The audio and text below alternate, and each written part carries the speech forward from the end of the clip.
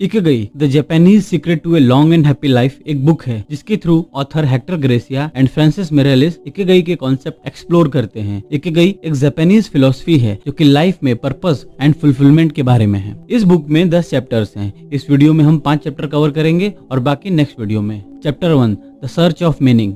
Author Ikigai और modern world में इसके इम्पोर्टेंस की खोज के लिए उन चैलेंजेस के बारे में बात करते हैं जिनका सामना लोग इस फास्ट पेस्ड और इंटरकनेक्टेड वर्ल्ड में करते हैं, जो कि मोस्टली उन्हें सबसे अलग और अधूरा महसूस कराता है और इसी की वजह से लोग लाइफ में एक पर्पस और मीनिंग ढूंढना चाहते हैं। कभी आपने ध्यान दिया है कि जिस काम में आपका इंटरेस्ट है, अगर आप वो करते हैं तो आपको टाइम का पता ही नहीं चलता, समय यूं निकल जाता है। और वहीं अगर कोई ऐसा काम कर रहे हैं जिसमें आपका कोई इंटरेस्ट नहीं है तो एक एक मिनट भी नहीं बीतता है। ऑथर इसी के बारे में बात करते हैं as a concept of flow, जहां पर अगर आप अपने पैशन और स्किल्स के अकॉर्डिंग किसी भी काम को अलाइन करते हैं तो आप अपने काम में इतने डूब जाते हैं कि आपको समय का ध्यान ही नहीं रहता। ऐसा करके आप अपने लाइफ का मीनिंग ढूंढ सकते हैं। ऑथर्स बताते हैं कि कैसे लोग लाइफ में मीनिंग और पर्पस की तलाश करते करते अपने लाइफ का पर्पस ढूंढ लेते हैं। उन्हें पता चल जाता है कि लाइफ सिर्फ सर्वाइवल ही नहीं बट उससे बहुत बड़ी चीज है। इसका बेस्ट एग्जांपल है स्टीव जॉब्स। स्टीव जॉब्स के पास एक क्लियर विजन एंड पर्पस था। वो लोगों को टेक्नोलॉजी के थ्रू एम्पावर करना चाहते थे।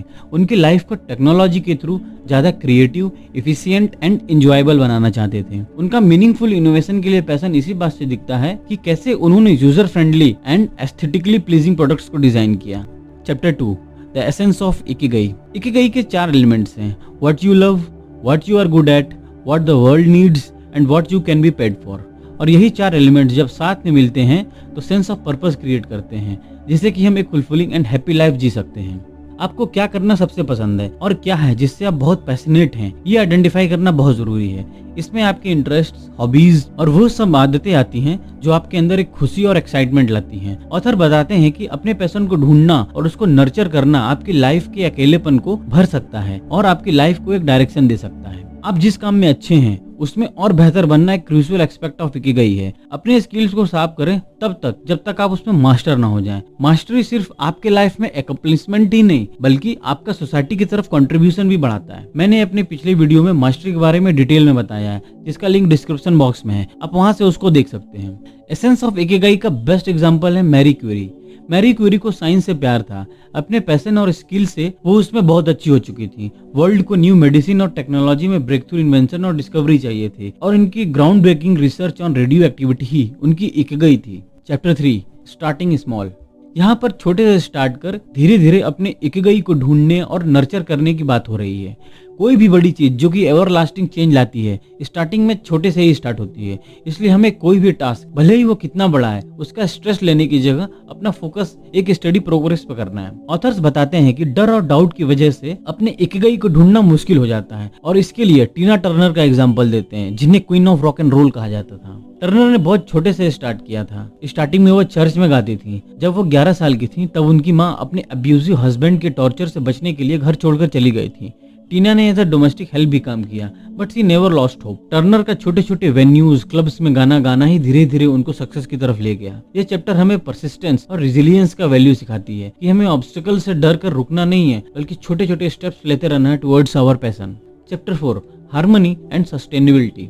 ऑथर्स लाइफ के डिफरेंट एरिया जैसे कि वर्क, रिलेशनशिप और पर्सनल वेलबींग में बैलेंस के इंपॉर्टेंस के बारे में बात करते हैं कि कैसे एक प्रॉपर बैलेंस हमें सस्टेनेबल और पर्पसफुल लाइफ देता है। साथ ही author importance of meaningful relationship with family, friends के बारे में बात करते हैं और कैसे हमारे लाइफ को कंप्लीट करते हैं। भले ही लाइफ में हमारे पास उतने मटेरियल चीजें न हो जिसे कि एक आम आदमी पाना चाहता है, बट अगर हमारे पास फैमिली और फ्रेंड्स का साथ है तो हमारा लाइफ जॉयफुल रहेगा। ऑथर्स जापानीज कॉन्सेप्ट शिरीन योको या फॉरेस्ट बेदिंग के बारे में बताते हैं, जिसका मतलब है खुद को नेचर के हवाले करना। इसमें आप नेचर के साथ उसके बीच में टाइम स्पेंड करते हैं, जिसमें आप हवा से हिल रहे पत्तों की आवाज सुनते हैं, पेड़ों के तनों की उभारों को महसूस करते हैं, जमीन की खुशबू को स्मेल करते हैं। जब आप अपने सेंसेस को नेचर के पास ले जाते हैं तो आप नेचर से कनेक्ट करते हैं और जिससे आप लाइट फील करेंगे, एंजाइटी कम होगी और एक पीस मिलेगा। Chapter 5 the Joy of little things. Authors बताते हैं कि अगर हमें लाइफ में खुश रहना है तो हमें छोटे छोटे चीजों को एम्ब्रेस करना होगा और एक्स्ट्रा ऑर्डिनरी का वेट करने के बजाय ऑर्डिनरी एक्सपीरियंस से सेटिस्फेक्शन लेना होगा, क्योंकि even ordinary is not ordinary. और इसके लिए हमें ईच मोमेंट में फुल्ली प्रेजेंट रहना होगा, न कि किसी एक स्पेशल मोमेंट का इंतजार करना होगा, क्योंकि रोजमर्रा के कामों में अटेंशन देने से हमें वो खुशी मिल सकती है जिसका वैसे इंतजार करने पर भी न मिले। ऑथर किसी भी काम के लिए सिग्निफिकेंस ऑफ क्रिएटिंग रिचुअल्स और रूटीन्स के बारे में बात करते हैं, चाहे कोई भी काम हो, इवन चाय ही बनाना हो या सिर्फ टहलना ही हो, अगर हम उसका रिचुअल या रूटीन बनाते हैं तो हम उसे एंजॉय करेंगे और हम क्वालिटी ऑफ लाइफ इनहेंस कर सकते हैं। और सर जापानीज टी सेरेमनी का एग्जांपल देते हैं जिसमें कि वो सिर्फ चाय नहीं बनाते बल्कि उसके लिए डेलिबरेट एंड प्रिसाइज मूवमेंट्स होते हैं जिसको वो प्रैक्टिस करते हैं और हर बार उसी तरह चाय बनाते हैं, जो कि practice of savouring and being present को शो करता है। Examples of the T ceremony and nature walk दिखाता है कि कैसे सिंपल छोटे और ऑर्डिनरी काम भी हमें एक happy state of mind they सकते हैं, लेकिन अगर वो उसे बस ये समझेंगे कि चाय बनानी है तो वो एक बोरियत वाला काम हो जाएगा और फिर ना चाय अच्छी बनेगी और ना बनाने वाला खुश रहेगा। तो दोस्तों ये था इकिगाई के फर्स्ट 5 चैप्टर्स के कुछ पॉइंट्स। बाकी के 5 चैप्टर हम नेक्स्ट वीडियो में कवर करेंगे। अगर ये वीडियो आपको अच्छी लगी तो प्लीज वीडियो को लाइक और शेयर करें, साथ ही चैनल को सब्सक्राइब भी करें। थैंक यू दोस्तों।